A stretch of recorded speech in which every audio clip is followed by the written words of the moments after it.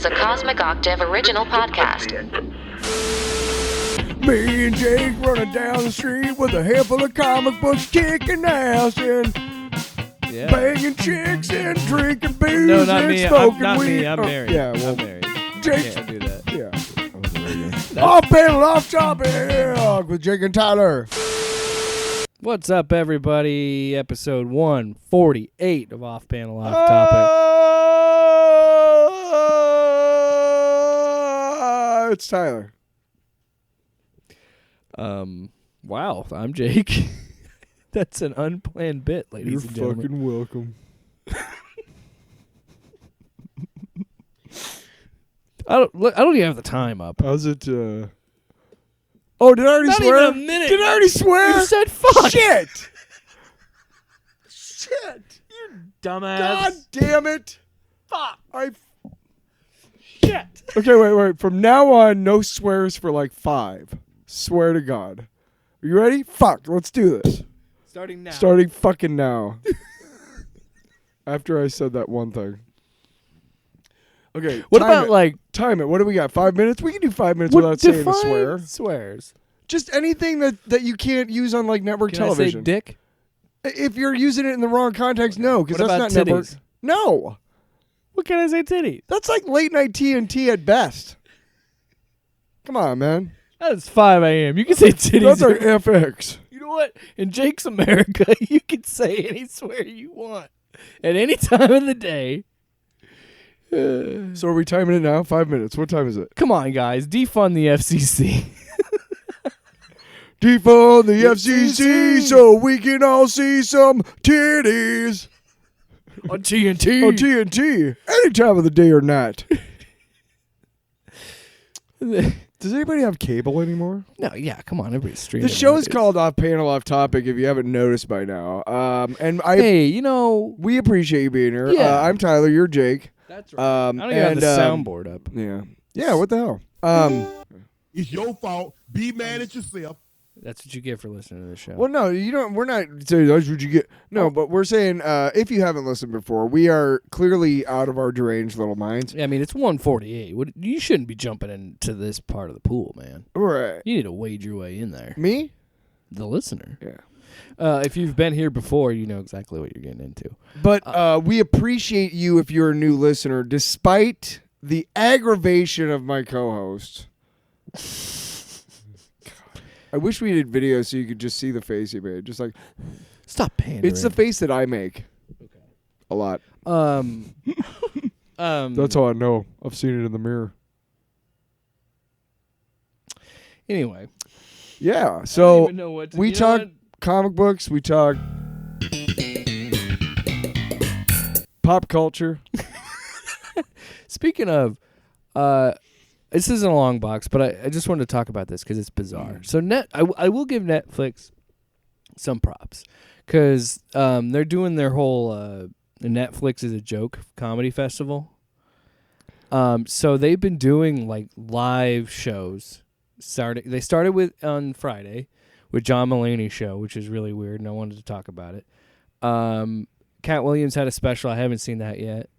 And then I watched the roast of Tom Brady. All of those were live streamed. And I got to say, for the most part, didn't notice any lag issues at all. And I watched them live as they were happening, so I was pretty impressed. Yeah.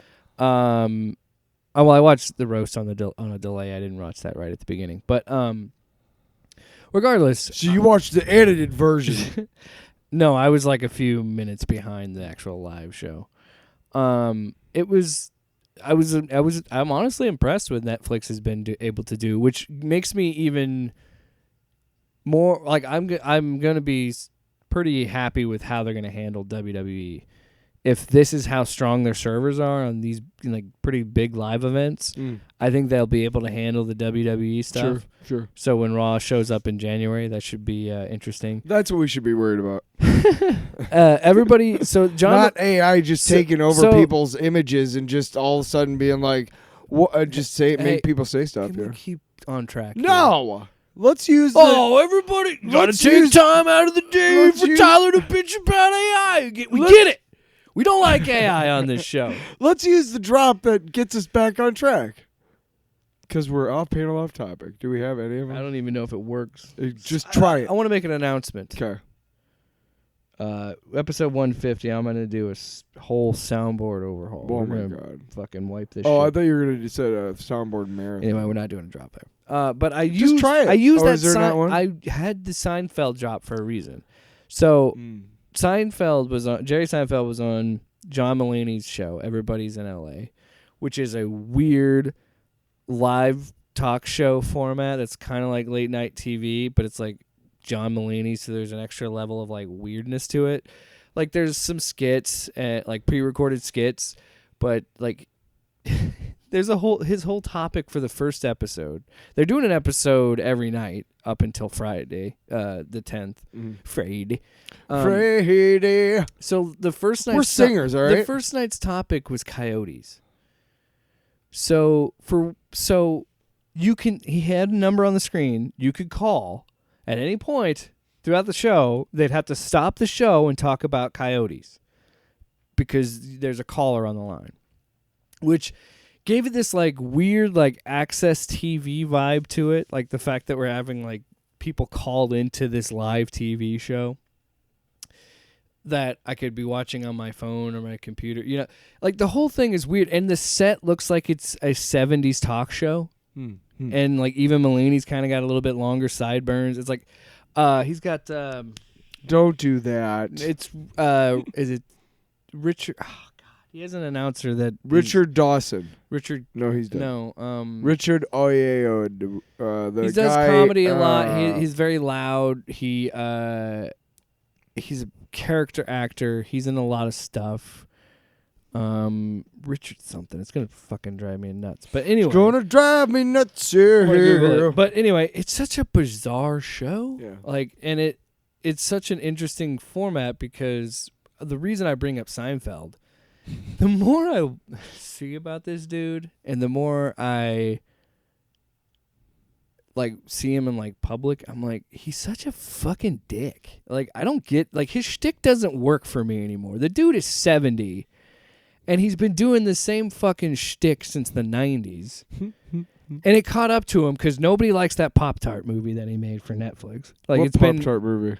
Unfrosted. He made a movie about about Kellogg's and Pop-Tarts and... Was it a documentary? No. What? It was fictional. What? Or it was like historical fiction. You know, it was Hollywood. Based on a true story, you know. But anyway... Was he in it? Yes, he also directed it, and it's not doing well critically. Like, not a lot of people find it that funny. And I'm like, clearly Larry David was the talent of those two because Curb Your Enthusiasm has always been hilarious. Oh, that show just driving me nuts. But it's like, I love that show. It's just, and so he's on Everybody's in LA, and so they have the topic of coyotes, and then they even have like a coyote activist with them, and like, I don't know, he just seemed really dismissive to that dude and was like kind of a jerk to him, and everybody could be like, oh, that's just Jerry's shtick, and I'm like, I don't know, he just seemed to like be big time in this dude, and I'm like, nobody really cares that much about Seinfeld anymore, okay? And he just seemed like a dick. Then they had the Ray J interview that was really weird because I didn't know John Mulaney and Ray J were good friends. I didn't either. I also forgot that for a minute because I was like, oh, yeah, duh.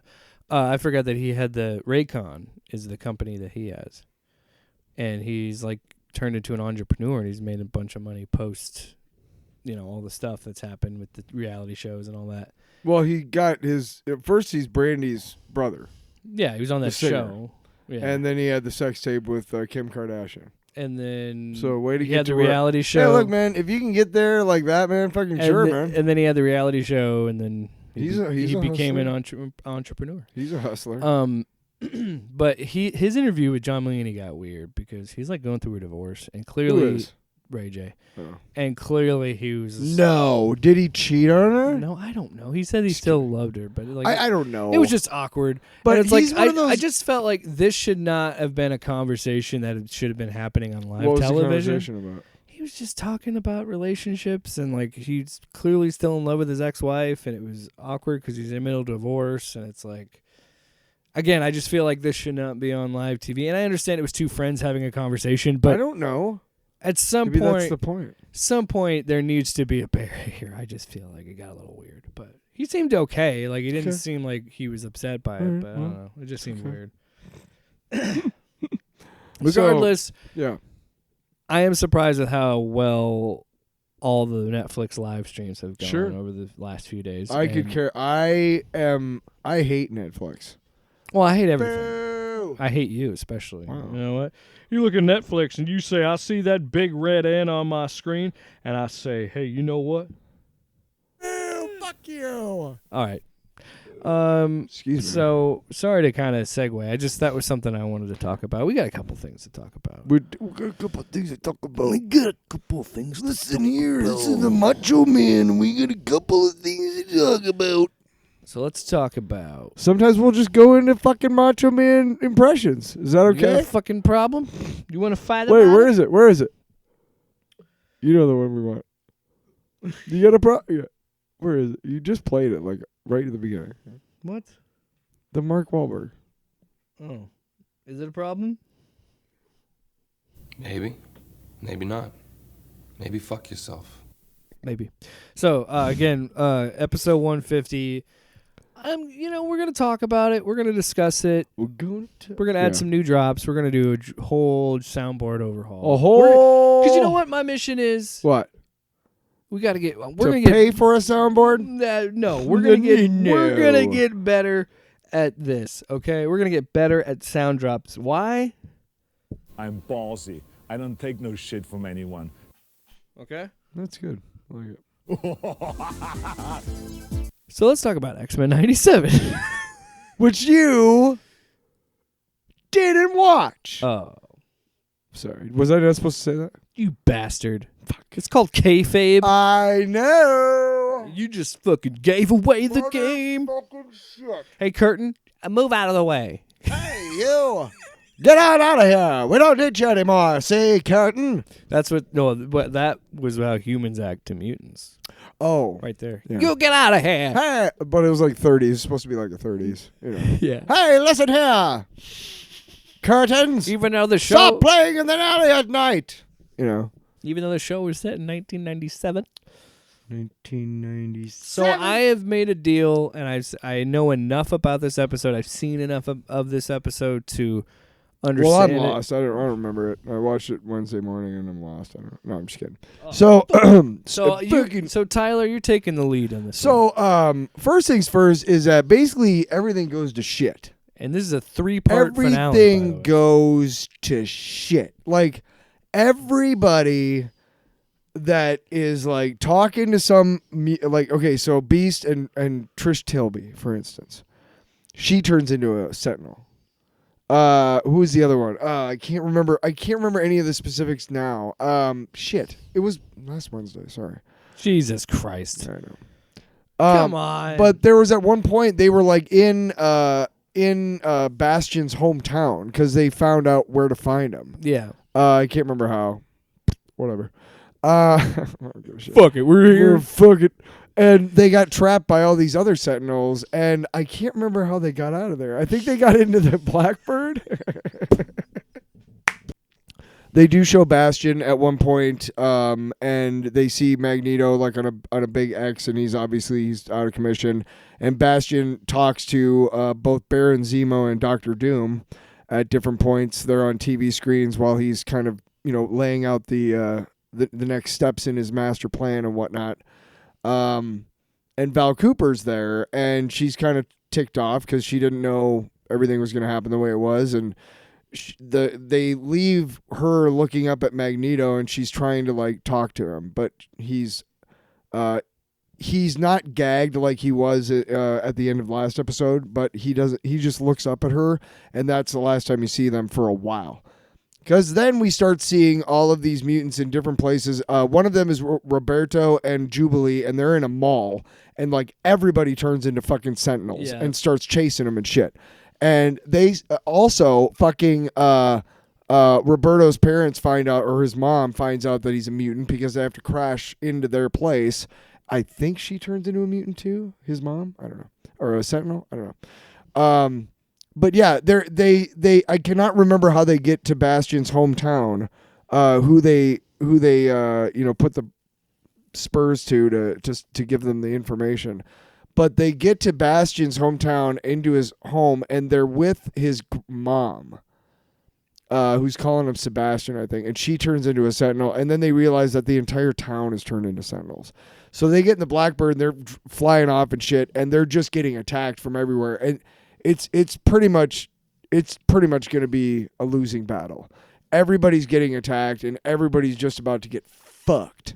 But we finally got to see Wolverine get a little shine in this episode. Yes. Who does he have to fight? Because he stabs the fuck out of him like a bunch of times. Does it say? I don't have that pulled up exactly. What do you have? You said you have the I have synopsis. the Wikipedia, but it's pretty basic. I mean, I'll pull up another one. Yeah. It's fine. But there's a point where that happens with Wolverine, and he actually has a long, drawn out thing. I can't. Yeah. Is it Bastion's mom? I don't think so. The thing that I've seen surfacing a lot was the part where he teleports to Nightcrawler, and they shoot it. Nightcrawler fucking fights. How the fuck did I forget that? Him and Nightcrawler fucking team up. And but you see him teleport to Nightcrawler from Wolverine's perspective, and that was the coolest shit I've ever seen. Well, Nightcrawler gets 3 fucking swords, and he's fighting all these Sentinels with. Dude, it's such a cool Nightcrawler moment, because anybody who knows Nightcrawler knows he's really into Errol Flynn movies and swashbuckling and all that stuff. And if you ever get a chance to read, I don't know where it would be available, but Dave Cockrum and I think Chris Claremont wrote and produced a 4-issue miniseries called Nightcrawler back in the 80s. A bunch of the X-Men got their own miniseries. Wolverine, Kitty Pryde and Wolverine is one of the seminal miniseries. It's a 6-issue series, and it set the tone for X-Men comics for like years to come. It's where Wolverine and Kitty Pryde go to Japan and a whole bunch of shit introduced. Anyway, but that was really, really cool. I can't remember who it is, but somebody attacks him, and maybe it's just a random human, because again, they're all in Bastion's. No, they're trying to protect Rogue in the hospital. Sorry, shit. They're trying to protect Rogue in the hospital, and somebody comes at Wolverine, and he's got his claws out, and they're flying him. They got him around like a good football tackle, and so he's like flying backwards, and he's just fucking stabbing the fuck out of this Sentinel person, and it's like, okay, clearly they don't care if these humans can be turned back or whatever. Yeah, fuck it. At this point. But then after all this, I mean, everything is lost, dude. Everything is just fucked. Everybody is about to get fucking slaughtered en masse. It's about to be the extinction event for real, right? Mm-hmm. So and then what? I'm not, but because this is the big part. Because we might be all on the same wavelength, so I'm gonna hear you out. Well, Bastion comes back to see, or I can't remember how they reveal it, but Val Cooper has released Magneto. Yeah. And at one point when everything is just fucked, you're just like, I remember watching this and just being like, and I'm sorry I fucked this up. I should take notes this week. But I remember just watching this and being like, what the fuck is gonna happen? Like I don't know how the fuck this could end, right? I believe Cable is in it for a good chunk. Well, I wanted to talk about that. So Cable and his interactions with Cyclops, he talks about how Jean, he can't stop the Master Mold. He explains essentially what he says is no matter what, this is a canon event, basically. He says an absolute point, but it's a canon event. Yeah, that's a perfect way to describe it. A nexus, whatever the fuck you want to call it. It's just like, this has to happen. Because this is what leads to this. So, like, where I'm from is 300 years of war. And it's 300 years of enslavement because they use this, Bastion uses this event to create the Prime Sentinels, pretty much. And we do, so, and then we also find out the stuff with how... don't go past where I say Magneto was released. Okay, you do your... Well, it you know also what I mean? it also goes into 'Cause I want to tell that. it also goes into talking about the technovirus and how the Cable always plays a part in this, and it's also weird because he's older than them. It's also not his mom. Technically, it's not his mom. There's a funny point where they're all in the Blackbird before they leave the mansion. I think it's the mansion, and to go to. I'm pretty sure the four of them, Cyclops and Jean Grey and Cable go. I can't remember if somebody else goes with them. But they all go and they're in the Blackbird, and I think it's Jean who says, "Buckle up," and he's like, "Not funny," or Cable says like, "Not funny," because he's older than them. You're not my mom or whatever. It's kind of a funny moment.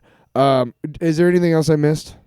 Well, I was just gonna say that there's again Nightcrawler being just the fucking best in this episode.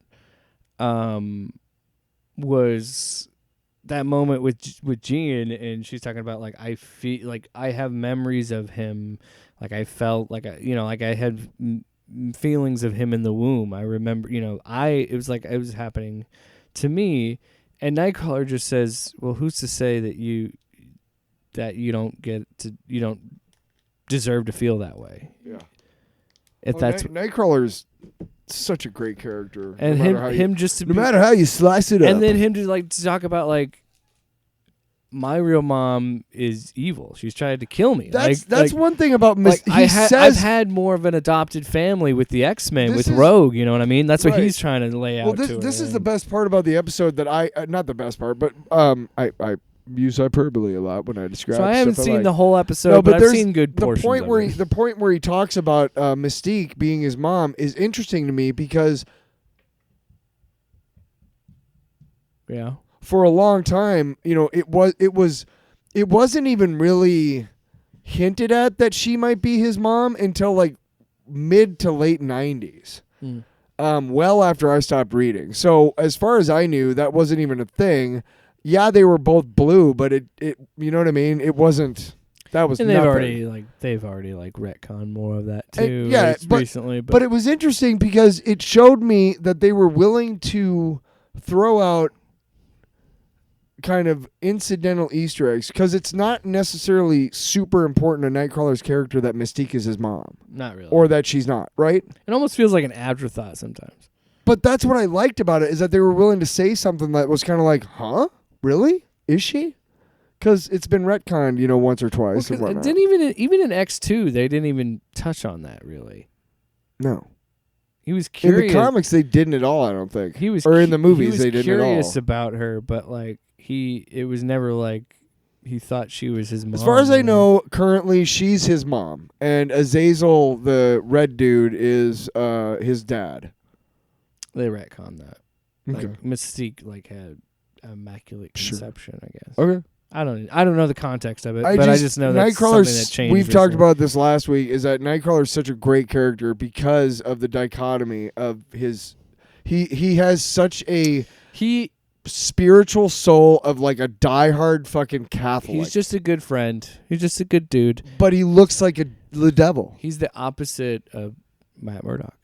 He looks like the devil, you know what? But he's positive. You know what? He doesn't have the Catholic guilt that Matt has. He and Wolverine together are probably the best. If I ever had to, if I was ever in a battle where I had to have two people save me, I don't even know what I'm saying. If I'm gonna fight, I need two dudes to fuck somebody up, and I can get anybody. They can be fictional. Any universe, anytime. But Wolverine and Nightcrawler, dude, for real. Wolverine's so badass, and Nightcrawler's so badass. Nobody would touch me. I'd just stand in between them. Cool. Hey, don't touch me. Hey, listen, don't go like this too far. I got the stabby guy, and I got the poofy guy. The Bamfy guy. Because it's Bamf, not poof. The Bamfy guy. The Bamfy guy. And I got the fuzzy guy and the stabby guy. Schnicked. That's the sound they make. Schnicked. So I'm sorry, it's just fun to say. Say it. Say schnicked. Snicked. It's snicked. Schnicked. No. Snicked. SNIKT. Snicked. Snicked. Schnicked. Well, no, you're right. In Mallrats, I hate being that fucking guy. Just move on. No. I No, want to we talk don't need to be that guy. because off topic. I'm gonna knock you motherfucker. out. So in Mallrats, No. yes, No. we're gonna fucking do this. Fuck Mallrats. You find the goddamn Fuck thing you. You. in Mallrats. Why? No. Because he Come says on. schnickty, schnickty, schneid, schneid. And that always bugged me. Because I was like, it's not schnickty, you douche. Take it up with fucking Kevin Smith. I have. He won't return my phone calls. I wonder why. Well, Is it schnicked or snicked? You got a snickers? my ears. Why did they ever capitalize on that? Snickers and Wolverine. Is that what's Snickers? is Now that I'm saying stuff is that weird. onomatopoeia when it's something like Yeah. bam and like Yeah. crunch? Sound effects? Yeah, like the Chomp. Batman, right? Yeah. Like buckow. Crack. What the fuck Zap. are we doing? What are we doing? Ziff. This is why I'm. So then we see that Magneto's been released. I really thought you were gonna start talking about Mallrats. No, we already did that. So we see Magneto that lets Magneto, off a giant EMP. dude. No, he like you see him and he's like it's fucking crazy. Like He's got his wang out. they're while he's moving up, they show like flashbacks of him like being released by Val and him and her talking and stuff, and he's looking at his arm with the number on it from the fucking concentration camp and shit, and it's just such a powerful moment, and he gets to where he needs to be up at the North Pole. And I guess in EMP, I took it to mean that I took it that he was reversing the poles, which, contrary to popular belief, has happened more than once in human history. So, all of you who are like, Oh no, I viewed it as a legitimate like a pulse, like a legitimate EMP. what I read articles afterwards said in EMP, and that makes more sense because. Because Then we see like a bunch of cameos. The one cameo I remember is Spider-Man, but the one cameo the one thing that was really huge was Silver Samurai in Japan, which is like, why are we seeing him, right? Yeah. Maybe we'll get a Wolverine storyline in season 2, which would be kind of cool, or a Wolverine cartoon, like a really fucking graphic Wolverine cartoon, right? Yeah, but that always Anyway. that had to be his own thing. But then they showed a secret base somewhere where there's a dude inside a tank under full guard, and we just locked the electricity that's been keeping him asleep. And guess who that motherfucker is? Omega Red. Whoa. Right? And he starts like his carbonadium things start wiggling and shit, and he opens his eyes, and that's all we see. And then I can't remember who says it at the end, but he says, I think it's Wolverine, and he goes, I never thought he'd do it. And they're like, what? And he said, declare war. Or I never thought Magneto would declare war. And that's the end of the episode. Yeah, it's a 3-parter, so I'm gonna definitely have to watch all of it and catch up, and then watch episode. I never, back to I this has never really happened in the comics before. There have been issues with like Avengers versus X-Men, and then I didn't read any of the Avengers X-Men Eternals shit because honestly they were trying to hype up the Eternals movie more than anything. I don't even know. I know there's repercussions still in the Marvel universe from that storyline, but to me, Are you talking about Axe? Avengers, X-Men, Eternals? yeah, it was recent. Yeah. I don't. I now people were talking about the gearing up for Onslaught. I wasn't reading comics at that time, or it was at the tail end when I stopped. Do you know who Onslaught is? Yeah. It's the psychic. Yeah, it's whatever. It's hard to explain. I know what it is, but well, then what happened is all these Marvel heroes died, and that's where they got the Heroes Reborn shit. Do you remember that, where Rob Liefeld like did his own Captain America, and he had that horrible fucking big old titties and. You know what I'm talking about, right? Hey, how long was it before from titties till when I said 29 minutes? I don't fucking know. Wait, were we just trying not to say titties? Because that's easy. I don't know when we started. I can saying go other days without saying titties. Can you? No. Because you just fucking did it there. Titties. Titty. Wow. We're disgusting. Anyway, You got that right. we're not. We're basically 12-year-old kids. Hey, man, come on. We're Fucking Xavier. What was I talking about? X-Men. Xavier. I've never seen this like in the comics where like Magneto does something like this in the context of being on the X-Men side, and also in the respect that, like, you know, it's Rogue has been kind of, I mean, her name in the comics has always kind of been, you know, hey, I'll do my own thing, but she's generally a team player with the X-Men. She's one of the core members of the X-Men. She has been for a long, long time. And it's just when she dropped Trask, justified or not, it's not something that the X-Men take lightly. You know what I mean?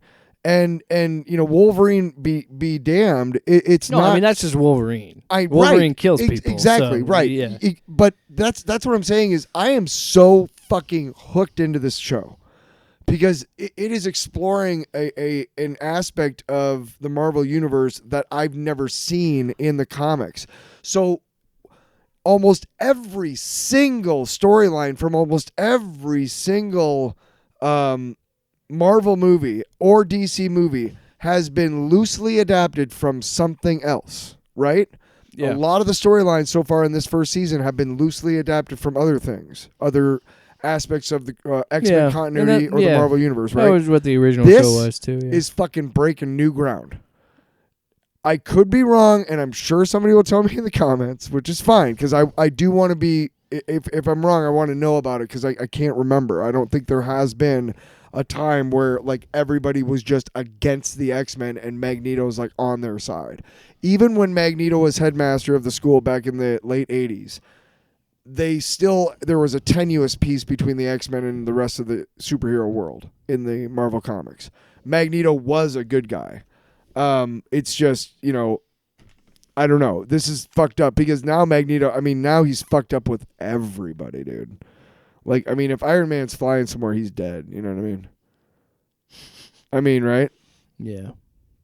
I'm just saying, like, well, and this is so exciting because of that. I've never seen or experienced this, at least as far as I know. I'm sure we'll know more at some point, but I wish we had some sort of context to what happened with Bo DeMeo in Marvel and all that, because this show has just been fucking bonkers, unbelievably good. Yeah. And so much better than I could have ever imagined. And again, I didn't have I'm coming into it, I'm a relatively new X-Men I wouldn't say reader. I would say someone who just understands the X-Men lore and stuff like that. But like to just see how and know enough about the X-Men and know enough about these characters that like I get emotionally attached to them. And like how well he's been asking, like he broke his silence a couple weeks ago and it wasn't even about what happened with Marvel. He was just talking about the show. And well, they probably told how him the running theme has always been we as a society always have a something like this, and it's a big point of, I don't even know how to describe it other than there's always a tipping point, strife with civil rights, and we're always seeing it for different minority groups. We're still dealing with the repercussions of terrible Jim Crow laws and things of the civil rights. We're still dealing with that. Trans people are fighting every day for their rights. Gay people are fighting for their rights. Survival. Fucking women are fighting for their rights in this country. And like the themes that this show is touching on, hitting on, are so... Oh, it's so on relevant, fucking and point, it's dude. On point. And of course it. And like I said last week, this is the thing with the X-Men though. It always ends badly. It never ends well. It never is. You want to hope that it ends well, but we're also like at this point in this of like, this is so bad that Xavier left fucking his space girlfriend, space wife, to come back. Because he's like, oh shit, this is way worse than I thought it was going to be. And then you also have Magneto sending off this giant EMP saying, all right, motherfuckers, I try to give you a chance, and now I'm going to kill you. The very, very last thing of the episode is this Char ship crashes into the grounds, I think at the mansion, I think, and everybody's back in the And mansion. that's when he's to me my X-Men. Yes. Yeah. So that's the very end of the episode. Yeah, man. I think, which is funny because when I was growing up reading, month to month, every, for 7, 9, 10 years, whatever it was, from 82 or 3 to 92. And then again, like I got all of the 70s shit through that classic X-Men comic. So I somehow was able to fit almost the entirety of Chris Claremont's run.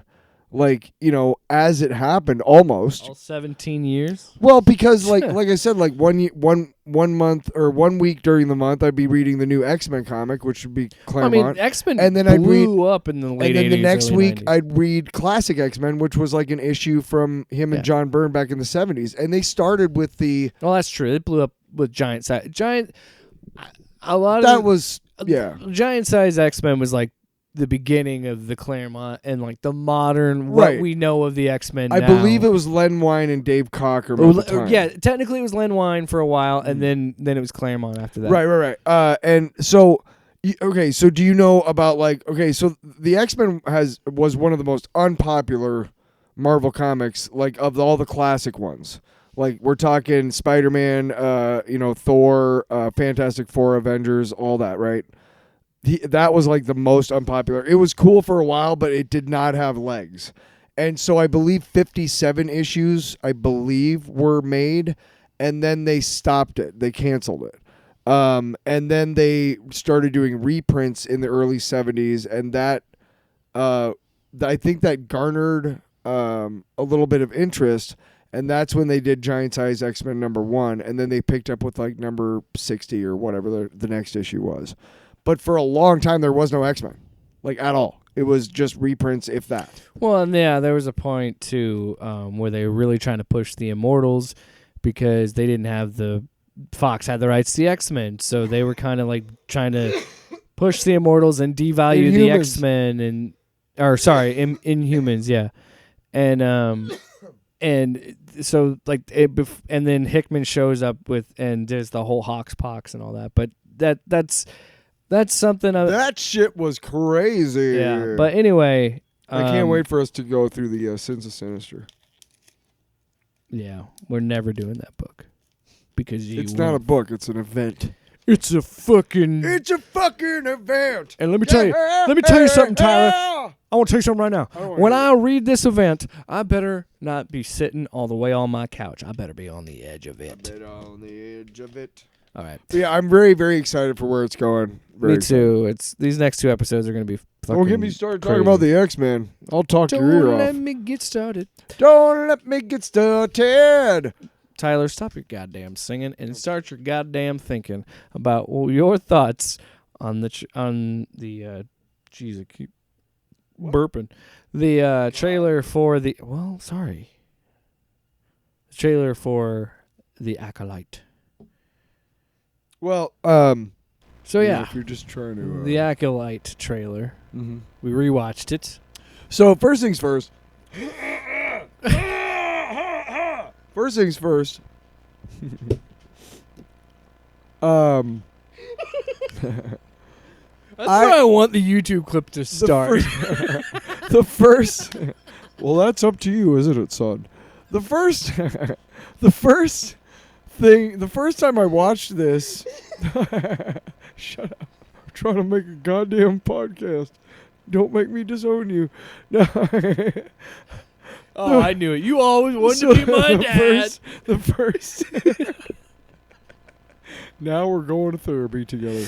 Hey. So there's the first thing is when I touching piano. When I first watched this trailer, I don't know if I knew it was a show or a movie, so I thought it was a movie. And anybody who knows me knows I hate a couple things. Racism, just a couple, bigots, bullies, and fucking shitty ass fucking YouTube videos that get a lot of fucking plays and show up in my algorithm. And among those 50s fucking those AI generated 50s fucking things that are awful to watch because they're like moving. These static pictures are moving. It's fucked up. And The ones where people make trailers about movies that aren't real. And you know within like 10 seconds, right? You know within like 5. You could tell. When Right. Oh, that's a fan-made. fucking guy. That's Oh, reused footage. Yeah. So fucking angry about that shit, right? So I'm sitting there and I'm like, all right, well, let's see this shit. I didn't know it was a real thing. So I'm like, within like, 5-10 seconds, of course, I'm like, oh. Hey, Hey. what's this thing? And then I see Carrie Ann Moss. I'm like, well, I know that's not found footage. She's never dressed as a Jedi in anything. So you were like, this could be fake, but I wonder if Dude, it's real. until then, I honestly was like, okay, this not until then, but yeah, that cemented it for me. Obviously, like, oh, okay, well, this is clearly not. Also, the Asian dude who was in Squid Games gave it away too. Like he's never dressed as a Jedi. Yeah, I'm just so glad that we're telling a story that's so far removed from the Skywalkers and Palpatines and all that stuff. Because, like I've been saying, we've said it ad nauseum on this podcast. We said it a bunch of times. We and a lot of people think that Star Wars is better when you can kind of expand outside of this stuff and do things outside of the things in between. And you and I have talked about lore and timelines and how there's got to be a problem there because, like, well, clearly they all died because why else weren't they in these movies? Or be like, well, it's a vast universe. They're on the other side. I'm like, were they though? Because Din ended up on Tatooine at one point to help out Boba. So that's what bugs me is like the Mandalorian is nowhere in the sequel trilogy. Yeah, and they neither kind of shot is, themselves in the foot on that one. Right, and you're like, well. But regardless, that's what I mean. Is like I understand this is still technically in prequel territory, but it's just like what we talked about with James Mangold's Star Wars movie that is going to be set thousands of years earlier. Yeah. I'm fine with that because it's still very far removed from the Skywalkers, and they and I love that we're doing like different fighting styles. Mm-hmm. In this, we're exploring different Jedi fighting styles and kind of and I love that because we don't see we saw that in this prequels trilogy, but it was just flippy dippy shit and it was not good. But this is like legit actual fighting with lightsaber, which again making him seem like a fucking sword is cool. Yeah, how the fuck is that the prequel trilogy had better lightsaber shit than the fucking sequel trilogy? How do you pull that? I don't know, dude. I don't know. Snoke's throne was pretty sick. That was a sweet lightsaber. But that wasn't a duel. That's the exception that wasn't a proves duel. the rule of the sequel trilogy. That wasn't a duel, though. That's the exception that proves the rule of the sequel trilogy. Anyway, good lightsaber shit. Point is, we're back, baby. Where's my lightsaber shit? Lightsabers are back. Lightsabers are back. Hey, and we're going downtown. We ain't gonna take no shit. Is this the theme song of the Acolyte? What? Is this the Acolyte? You know what we need to do now? We need to put that underneath the Acolyte trailer. We ain't taking no shit. Going downtown with the lightsabers. Huh. The Acolyte. The Acolyte. Gonna fuck shit up on a Saturday night and go kick some ass and do. Acolyte.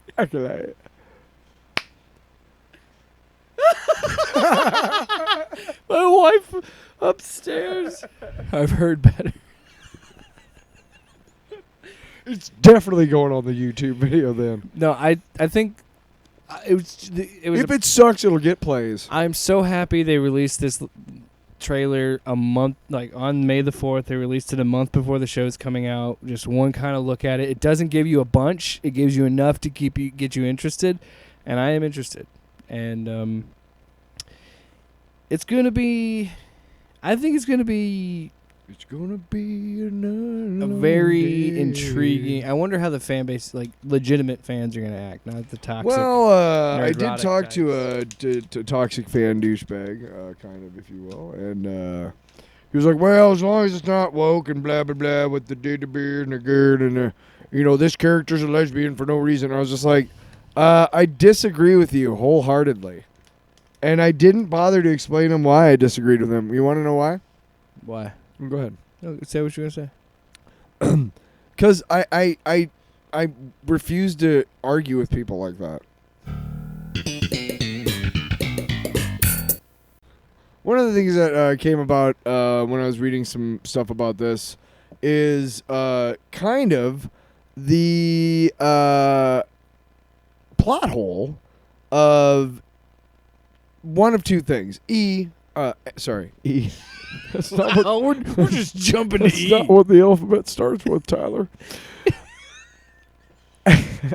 Jesus. E for Empire. E for Empire. I'm doing the Star Wars alphabet. Why are you so angry? Okay, so The angriest audiobook I've ever heard. right. C is for Chewbacca. Listen. Sick of saying it. Just so mad. Somebody's just pissed. Okay, so Maybe C for C-3PO. anyway, A, either that is not a Sith. No, A for Anakin. B for Either that is not a Sith, Boba. or shut the fuck up. The bit is over. God. Jeez. Take a pill. I recommend a Xanax. Either A, it is not a Sith at the end there, or B, it is a Sith, and none of the Jedi that encounter that Sith will survive the encounter long enough to tell the Jedi Temple about it. Because if you remember in episode 1, we haven't seen them in a millennia. Yeah. Okay. Yeah, so it's like what? This is what, 100 years ago? 100 years yeah, I before, don't know how they're before gonna the battle. explain that whole As from issue. what I understand, it's 100 Y. Before the 100 BY. Is that how it's? BY is Battle of Yavin. So Mhm. so 100 before Battle of Yavin. BBY, whatever. Fucking nerds. Oh, it's BBC. You fucking nerds. It's BBC. Look on No, your face. the Star Wars timeline is exclusively like tied to the Battle of Yavin, which takes Yeah. place in A New Hope. So it's like BBY and ABY because after, so you know, like Force Awakens takes place 30 years after ABY. But I don't know if they denote it like that. Hey, if you're a super nerd, call us in and tell us how you denote time. At 555, go fuck yourself. Wow. Wow. We are not that mean. We are super nerds 555, ourselves. let us know. Let us know. And it's spelled LETTUCE. N-O, because it couldn't fit K-N-O. Y. W. X. Why? Because I fucking said so. Nice. All right, moving on. The reason why is because we have that. No, but we have that canon thing in Force Awakens, or sorry, in Phantom Menace, which is also when we had that awful fucking puppet of goddamn Yoda, and then that weird fucking chick Yoda. Hey, my bottle. Her name is Yaddle, you bastard. Yaddle. It's Yaddle, not Is it Yada. Paddle or Yaddle? It's Like fucking Yaddle, stupid. like is what it is. Paddle? It's Yaddle, paddle. That's what I heard. That was her name in college, the old Yaddle Paddle. What the fuck?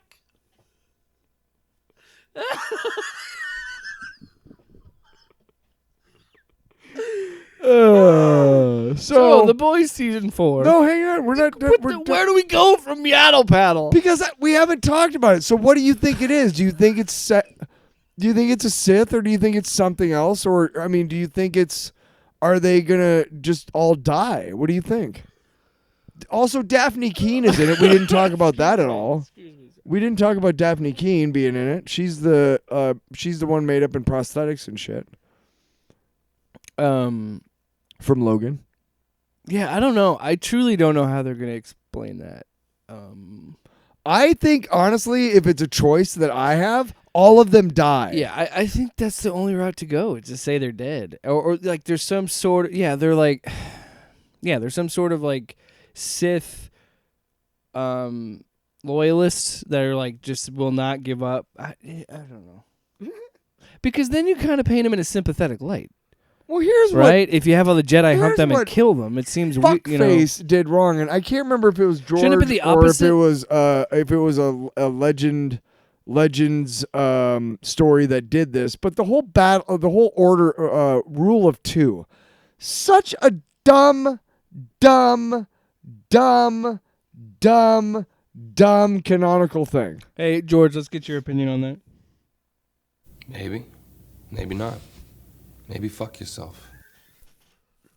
Thanks, George. I don't remember. Thank you, George. Thank you, George. Moving on. I don't We remember- are moving. No, come on. Have you ever not thought that was so fucking stupid? Okay, Darth Maul and fucking Dooku and fucking Palpatine all exist. So the rule of two is shot there already. And then what the fuck is Grievous? That's a drop. What the fuck is Grievous? Drop overhaul episode Your 150. attitude, You better get in there. Your attitude is grievous. Egregious, more like it. Okay. The Boys season 4. Yeah. Way to get us back on track, Arnold. Yo, yeah. Thank Do you. we have Get Your Ass to Mars? No, we don't. Well, why the fuck don't we? You don't. You want to know the truth? Oh, It's because we're Sloppy. fucking all right. So, Boys season 4, more carnage, more laughs, more carnage, more laughs, more carnage, more laughs, more more carnage. carnage. Here's what I keep thinking. Like while I was watching my first reaction while watching the trailer is, oh my god, it's so gory. And then I realized I've watched 3 seasons of this show, and within the first 5 minutes of the first episode, somebody gets literally just dusted because they're standing in the street and somebody with super speed runs through them.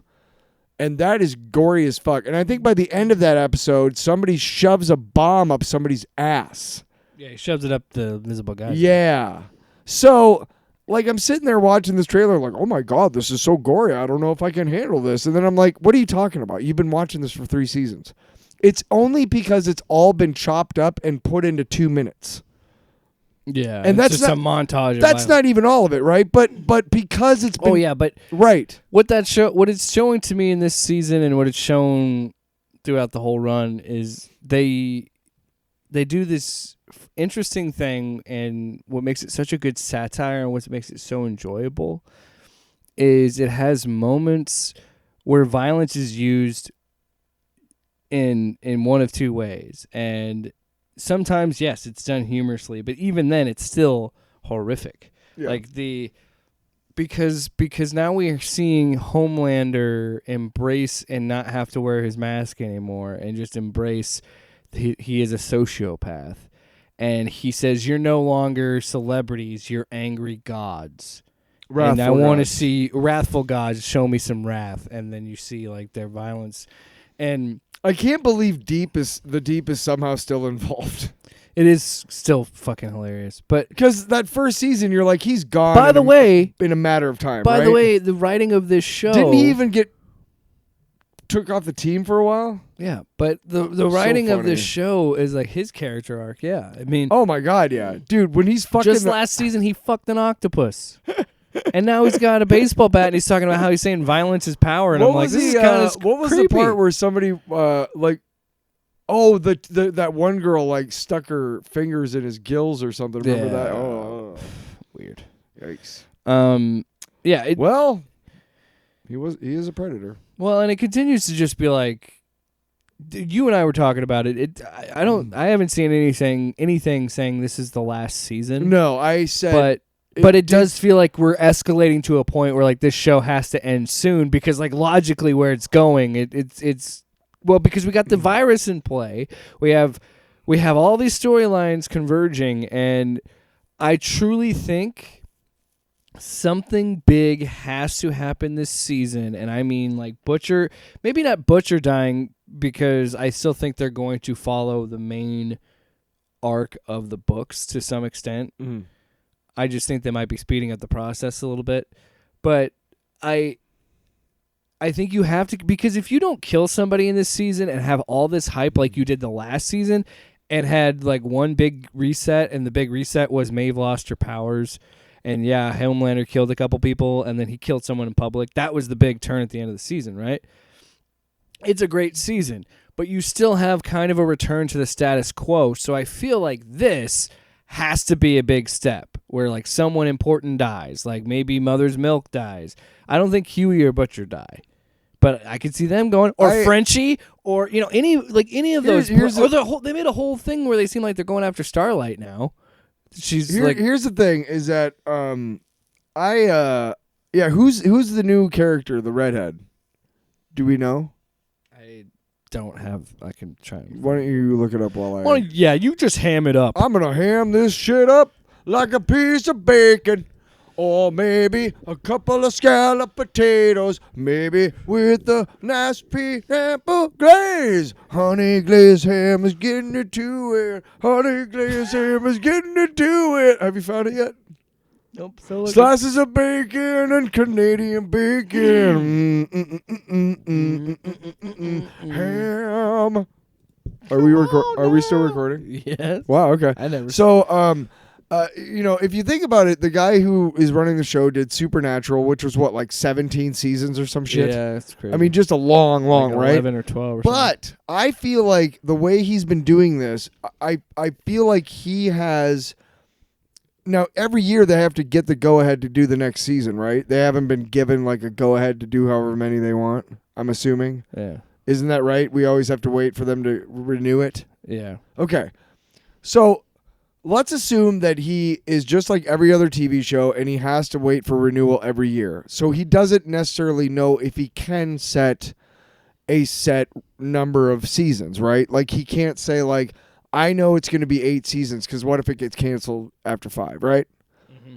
So I think well, that's what I mean. I think they're speeding this up where like I think the next season or so could be right. He wants to get it done like so that one or two seasons he left, wants to yeah. finish it. He doesn't want to leave it unfinished, I think. I can't Because Supernatural has such a huge and rabid following that it's got to be a fucking fantastic show. I'm going to assume that this is Valerie Curry is playing the firecracker. That's the female that looks like patriotic firecracker.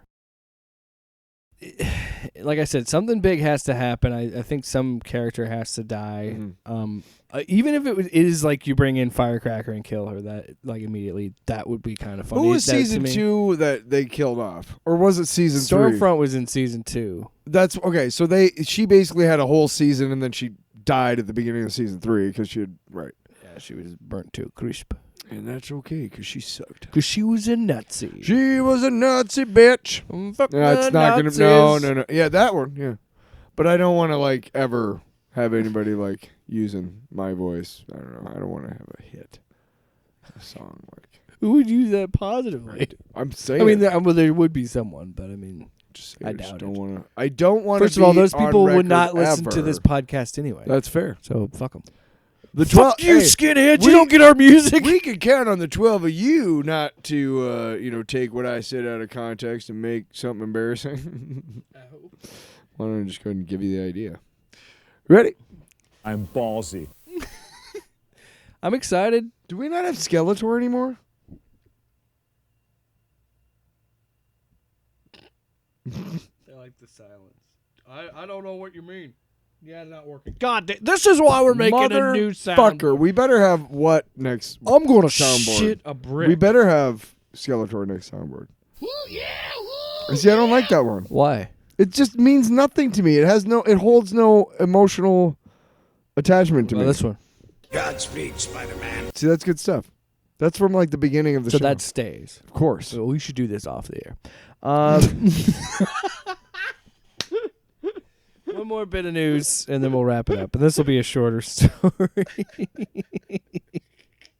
So Chris Hemsworth He's out doing some press for Furiosa. Can I say one thing really quick? Can you make it epic? No, dude. Ladies and gentlemen, I fucking love. Go ahead. Yo, finish what you're saying. No, just say do your sound drop. It doesn't Does even work. work? It doesn't even. Which one was it? Which one was it? Which one was it? Talk about Chris Hemsworth, please. Which one was it? I don't give a shit anymore. So fucking pissed. I've been doing nothing but because we're gonna see it here. What, a couple weeks? Furiosa. What, 24th? It's the 24th. Yeah. I'm fucking super excited because Anya Taylor-Joy is awesome. The only thing I've seen her in is New Mutants, but she kicked ass in that. And she's great in The Menu. The what? The Menu. Yeah, I haven't seen that one either. It's a good movie. Good I should check movie. it out. I should check it out. I said show and I said movie. But I'm really excited for that. But Hemsworth is really making me excited about this because the prosthetics, I don't know if they just gave him like just a little bit of like a mask kind of, but Well, he they just gave him like a prosthetic nose. he has. I know he has prosthetics. I'm saying like I don't know if that just gave him the freedom to act like he's just so fucking. He eats the fucking scenery in every fucking scene, you know? He was doing an interview for Vanity Fair. Yeah, I saw that. And he was talking about like how excited he was to do this. Yeah, because not just to be a George Miller Mad Max. And he said but, like it was fun for him to like get lost in this character and get lost. And he in does, this. dude. And, it looks so good. And he. And well, who do we have here? But what I love about these Mad Max movies is I don't know if it was George Miller said it or someone said about these movies, and I want to go back and watch them before Furiosa because I have all of them. But it's just interesting to see him be so excited about this because in his interview with Vanity Fair, he kind of apologizes for Love and Thunder, and he already kind of talked about it. Where he had previously said he felt like, yeah, maybe it was a little too silly. Maybe we just leaned in. We were having just too much fun. Look, people have their opinions about that movie. I enjoyed it, but I do see how people, and rightfully so, I think how some people could think it's too silly. It was too silly, and I just think that they let Taika. Do we have that? They let him. Oh, I was gonna do you that. If it fucking works. Oh wow. They let him. I think they let him have like way too much freedom. And what I mean by that is that they should have said like, hey, we still.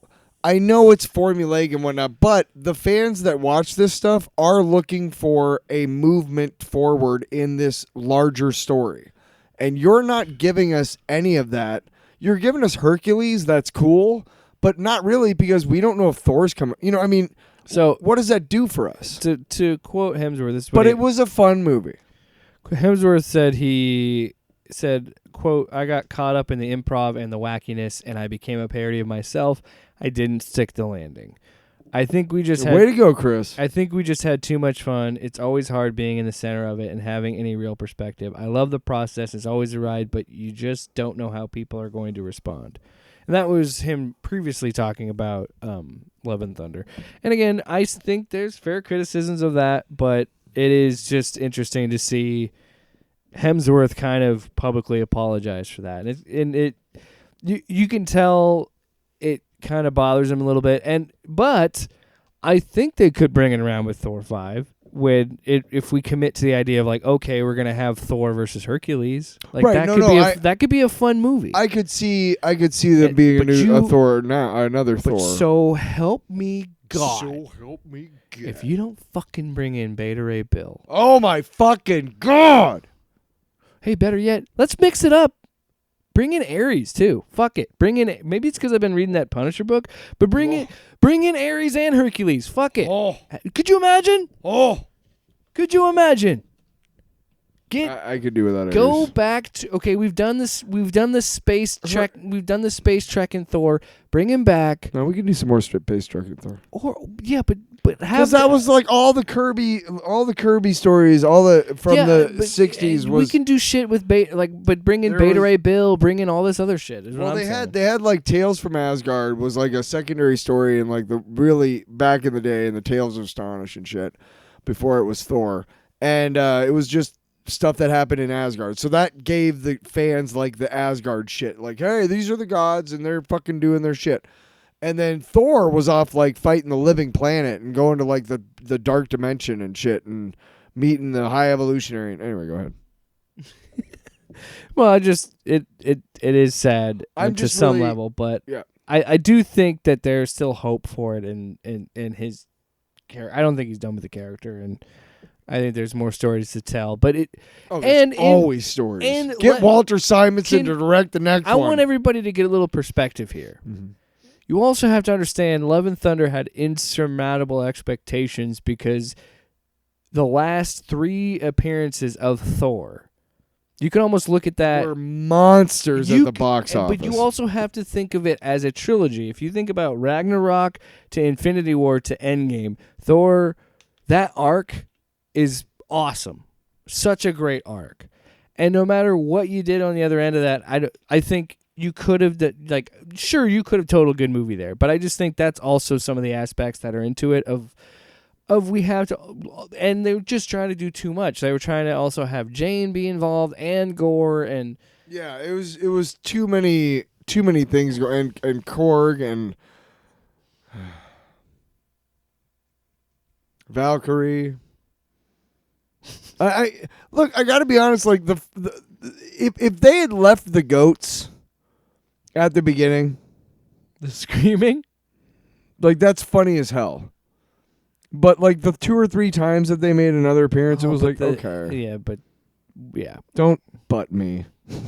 Hemsworth is gonna be just fine. He's gonna be fucking awesome. No, in I'm. Furiosa. I Oh can't my wait. god, are you as excited for me as I am for him for that role? Yeah. Like I think he's just gonna.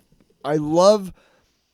One of my favorite actors is Willem Dafoe, one of our favorite actors, and one of the things that we love about him. Do you like Gene Hackman too? Of course. One of the things we love about those actors is, and they appeared in a movie called Mississippi Burning together, which I just watched, which is really good. But one of the things we love about them is that This soundboard, dude. I can't wait for 150. one of the things about, don't you have Godspeed Spider-Man? Godspeed, There you go. Spider-Man. It's Willem. That's not the one I wanted. I wanted to I finish know, it. I know. Sorry, he's just being complainer. Anyway, they chew the scenery. I love watching actors do that. So that is going to be fun. I don't think it was Chris's fault. I think there's one person to blame. Fucking Tiki Watiti, dude. I fucking quit. This is why we're doing a soundboard overhaul. Doing a soundboard overhaul. Somebody get a gin and tonic. Unzip it. No, I write the words. Let's move on to what is it? Is it long box time? You know what Do we time have it that? is? It's time. Who fucking knows, Tyler? Let's find out together. Because I don't still have it. Well, I might. I think. You made it up. You must be out of your goddamn mind. Yeah, Yeah, what do you think of that? we got that. That's good. Yep, don't have thwip spin the web, so this app sucks, dude. Long. Fucking monkey. It's a long box.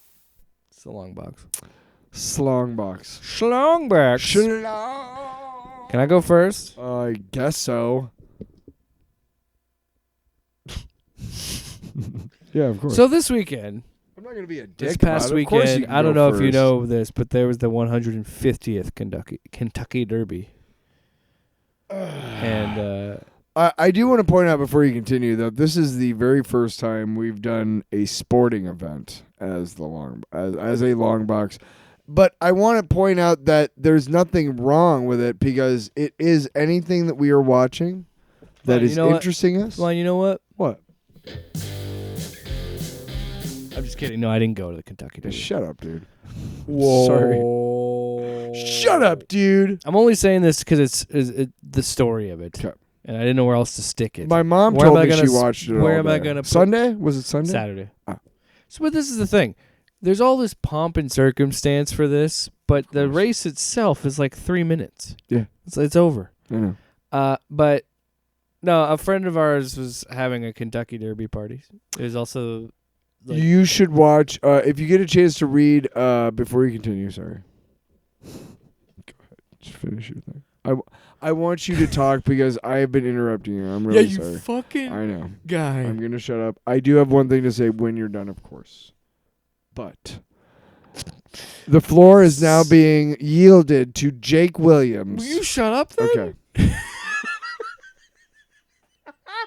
So anyway, I never watched the Kentucky Derby. I knew of it obviously, but so, we all dressed up as what you would at the Derby, which again is like these ridiculous costumes and all this stuff and these ridiculous, hats and suits and all that shit for a 3-minute race. So, but anyway, we did like a friendly thing of like we all put in money to bet on which horse, and it was a winner take all. And I was looking through the horse's name, which by the way, the governing body of that stuff, they make them have the most like silly names or memorable names. They had to be weird. Like one of them was T.O. Password. There was one that was I'm trying to think. There were so many. The one that I picked was Mystic Dan. No, yeah, we'll get to that. So No, but you got to love a just name. names like that, right? Like they had to be pretty specific. And so I looked through the list and I don't fucking know any of this shit. I don't know. I don't care. Whatever. It was like $10. So I threw in some money for Mystic Dan. So we sit down, we're watching the race. And I was trying to play it as cool as possible because here I am. Nope, I don't know fuck all about the Derby. I'm at this party. I'm having fun, talking with some friends. And I'm sitting there and I'm getting like freaked out because I'm seeing this fucking horse pull away. Like I'm seeing Mystic Dan come up the left side or the top of the screen. I see him pulling away from the other horses. I'm freaking the fuck out. But I'm trying to play it cool. I'm like this, like that, because I don't want to get too excited if he loses, And it was these other two horses. He had a big lead, and these other two horses are just coming up on him. He won. The horse won by like the tip of his fucking nose. That's how close it was. And I just being like, yeah, Mystic Dan, like freaking out because I randomly bet on the funniest name I could find because I was like, Mystic Dan sounds like a dude that's either a porn star or a magician or some dude who does fake palm readings or probably all three. But Mystic Dan is a fucking champion. And that's America. What did you want to talk about, Tom? Yes. I have been I've been watching a lot of the Star Trek movies because the first one I saw when I was a kid, but I also did not. But I've seen most of them in the theater. But the Next Generation had 4 different movies. And it was Generations, and then First Contact, and then Insurrection, and then Nemesis, which is Tom Hardy at his best Tom Hardy self. Now, I had never seen the last 2, and Insurrection. Oh yeah, we'll get to that after this. Sorry, I was like, I wanted to make sure we didn't forget. I'm taking stage direction, but you can't hear the stage direction, so it sounds like I'm answering a question. I specifically pointed at to not have you verbally acknowledge, but to just see what I was pointing at so we could talk about it later. But here we are. I'll make this quick. Insurrection. Stick it in there. Insurrection is a movie that deals with people with forced relocation. And it's fucked up because like the Federation's in on it, whatever. I'll let you watch or I'll let you watch the movie and try and unravel that fucking stinker of a plot. And also, or go to the Wikipedia page and try and unravel that gobbledygook of words. It's literally it's such a winding and stupid, like there's so many.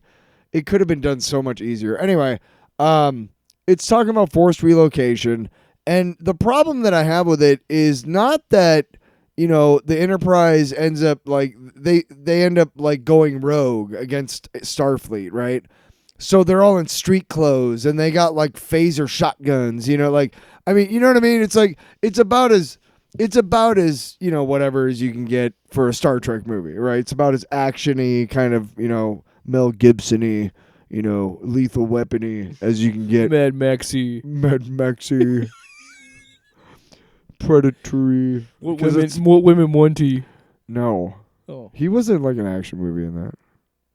Or he wasn't an action guy in that. He was just a comedian. Yeah, that was it was a rom-com. It was a fucking joke, Tyler. Mel Gibson. You ass. I almost said Mel Gibson.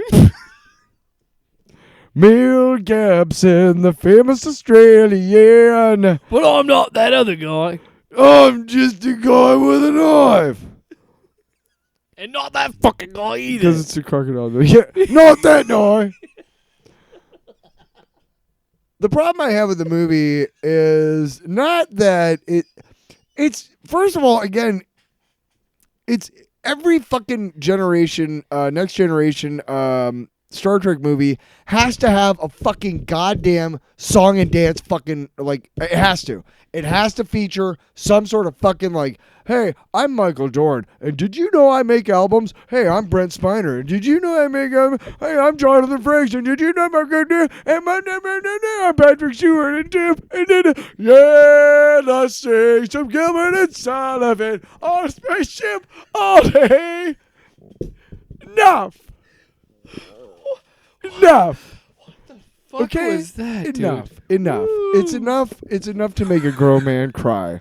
And I'm not talking about a song. I'm talking about a fucking starship. I'm not talking about singing. Why are you singing on this goddamn movie? Why are you wasting all this fucking time and money building these sets so you can pretend to fucking sing? No. Okay.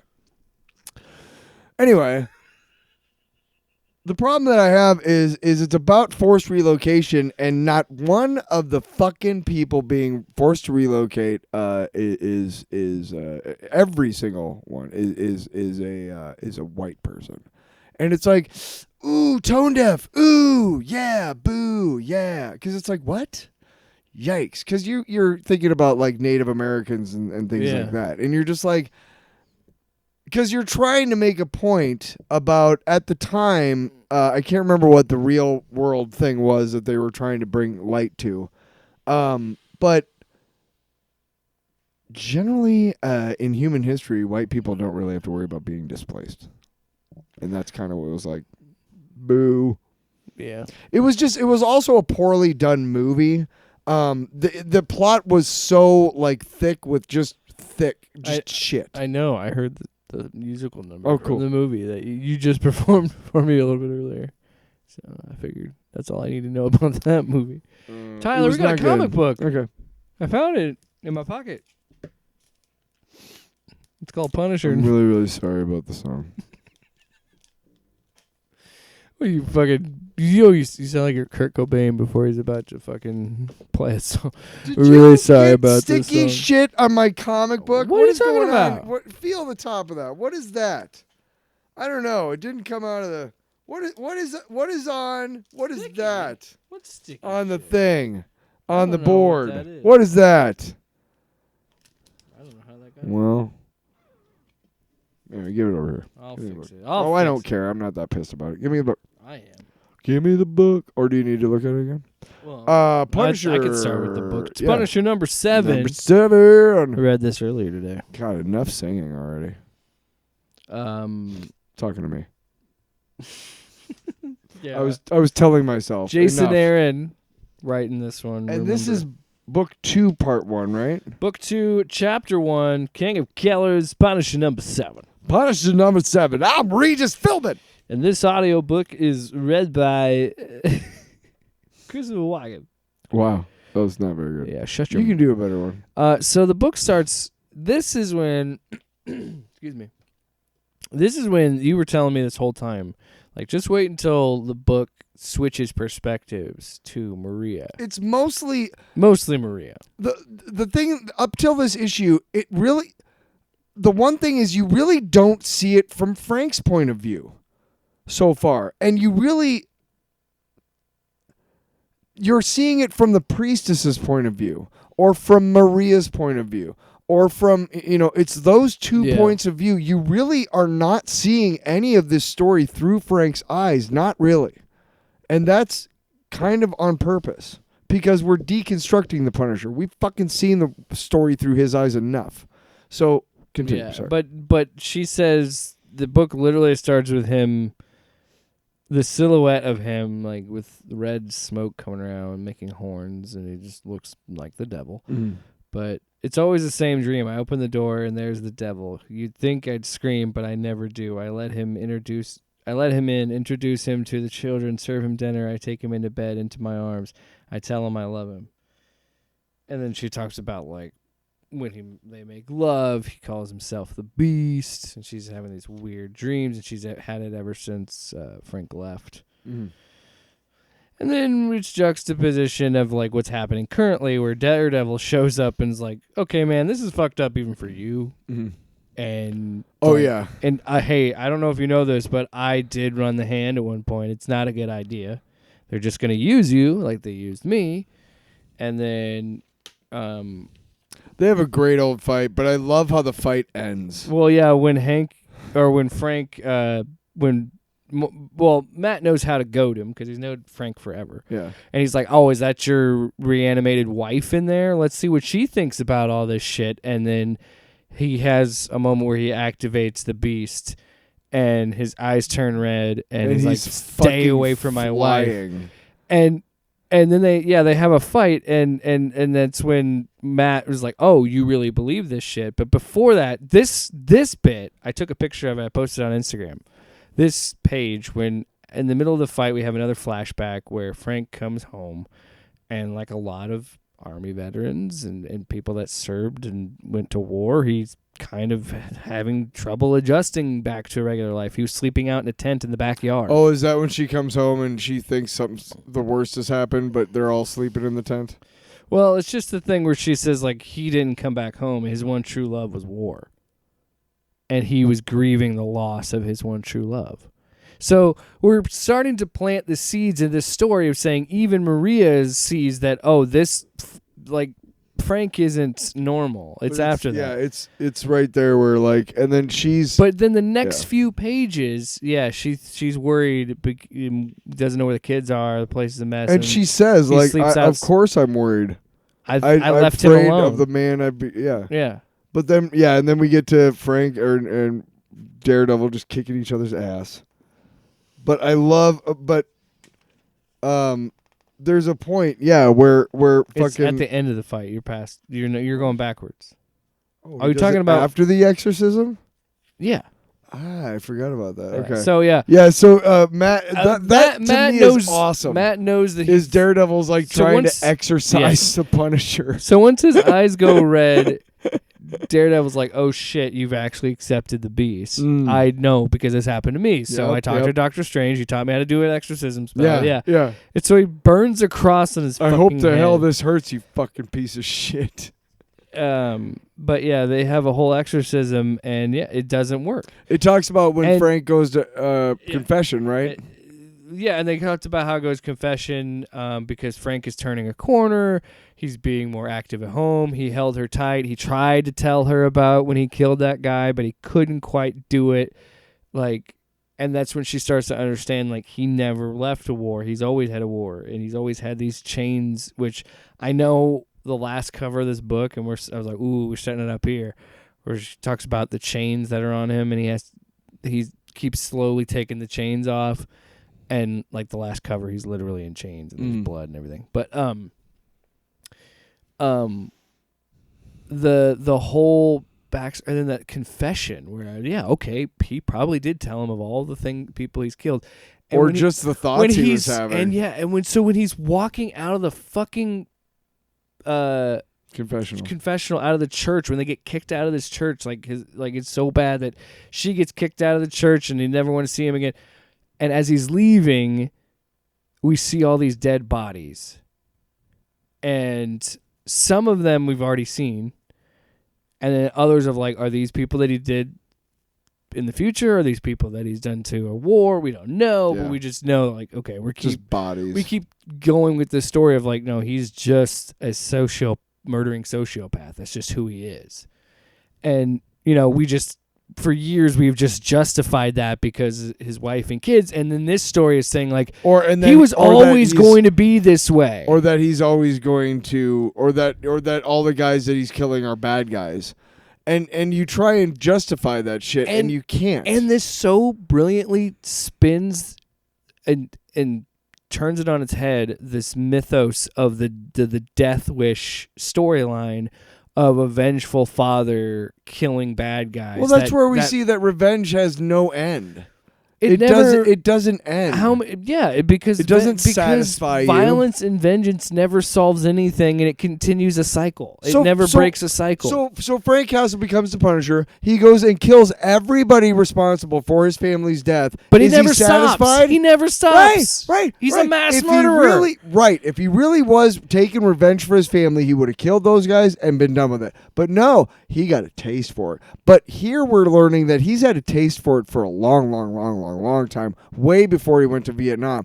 Previously in the Punisher mythos, he unlocked that part of himself when he went to war in Vietnam. Mm-hmm. But before that, you know, it's never really been explored. Mm-hmm. It was always kind of looked at as, well, of course he had a happy family with Maria and the kids or whatever. So after the exorcism, it doesn't work, and like Matt is like, must have maybe said a wrong word, but we'll keep working at it. Yeah. And then also I want to point out before this, Daredevil was beating the shit out of Frank, which again shows you the level of like fighters these two are. And you know what I liken it to as a recovering alcoholic. What I liken it to is a lot of times when I was still using and stuff, you want to say like, well, Hemingway used and you know Cobain used and all these, you know, they used and they drank or whatever, and it doesn't really matter because you're all in the gutter at the end of the day, right?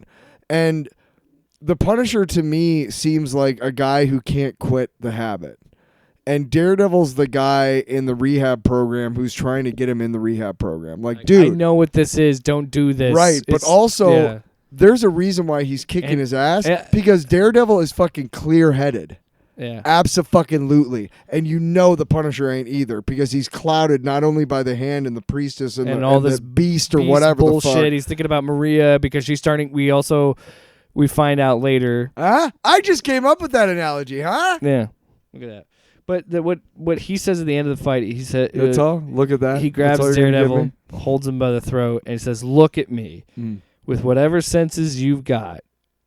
Oh, I am Frank. I'm looking right at, and then he says, "Look at me and tell me if this is a man possessed."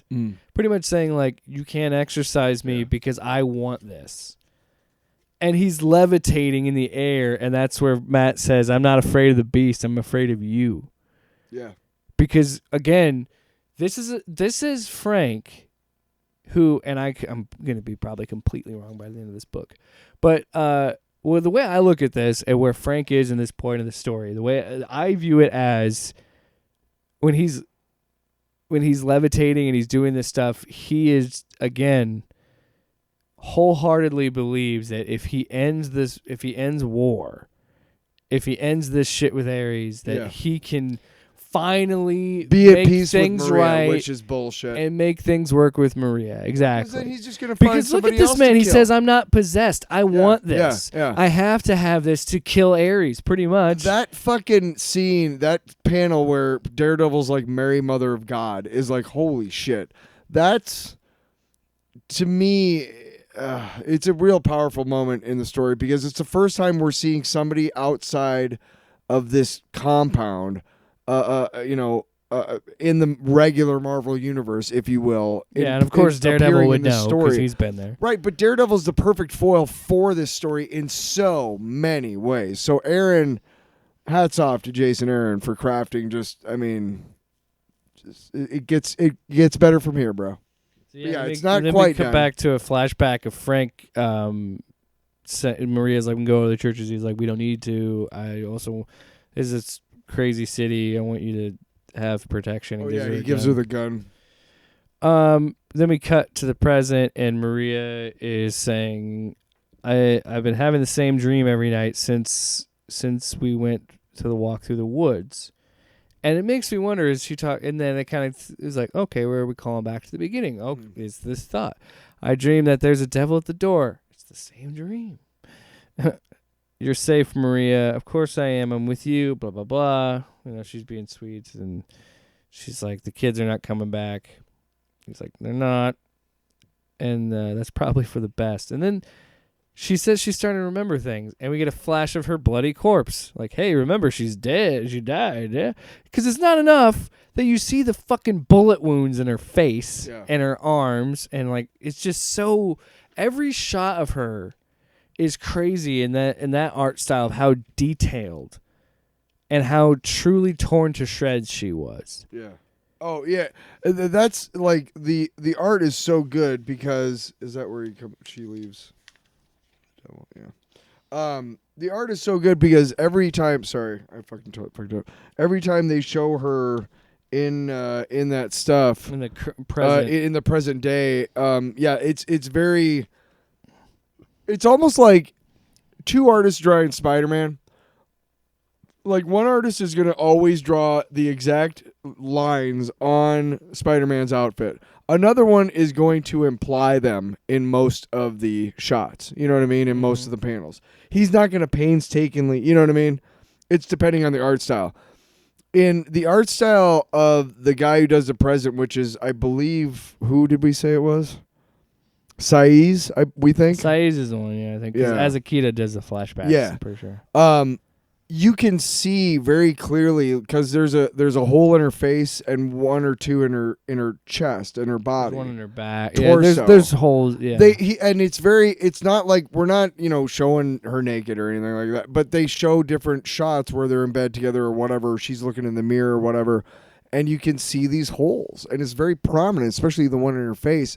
It's just a really cool. It's a really good detail that brings home how flawed and selfish. I'm trying to get the right words. Yes, because even if Frank he could is doing. end this war and end Ares, it's still for a selfish gain. It's still to get a second chance. She's still dead. I mean, and who's to say that she's gonna stay alive? Why would the Hand keep their deal? Yeah, why would they let him leave? Whenever how often does a deal so with the the book devil ends on a great on a great cliffhanger. Ares, okay. This is what I think is so great about this art and the writing of this book. I want to hate this visual. I really want to fucking hate it because it's so stupid and silly on paper. Yeah. But in the context of this story, I kind of fucking love it. So Ares shows up with his army, and they're all in like current, like fucking battle armor. Yeah. Current like bulletproof vests and shit, tactical shit, machine guns, but wearing gold, like Greek helmets. I don't want to say Spartan. Some of them look like Spartans, but the traditional, it's traditional Greek helmet. The Roman centurion helmet with the fucking feathered top and shit. Then there's fucking Ares. This giant douche nozzle. He's like 10 feet tall easily, He's right? so big and stupid looking, and I love it. And he's got this big flowing horse hair on his helmet, and he's wearing that fucking Punisher battle chest, battle armor. And then this is where it gets real fucked up. Because you're like, this is so weird and stupid and awesome, and I love it. And then it shows him saying, oh, well, we can't get into the compound. Nobody knows how to get in there. Everybody that tries dies. And then he's like, oh, we'll figure it out because we have members of the Hand that they didn't kill earlier that they tied up like fucking, as he says, my dogs. And they just whip them and make them lead them to the compound. Lead us to the Punisher is the last words. What? Yeah. Well, no, there's just It's a great visual because he is such a fucking douchebag. That's what I mean. Ares. This is what I mean. Okay, he's like But- 6 feet But 7, or he's like 8 feet here's tall. the problem with this thing. But He's he's huge. How this works is making it look cool. Is I think people are gonna miss the point that these all look like fucking idiots. And I'm saying it is a contradiction. That's why, like, it's an oxymoron, Right. Because on one hand, it out of like just looking at it out of context, it looks stupid. But in the context of the story, it makes sense because guess what? Ares and his apostles are fucking dorks. Well, that's like when I was talking about the art style that shows like the bullet holes. Like I wasn't trying to say like the bullet holes that she has are cool because they're not.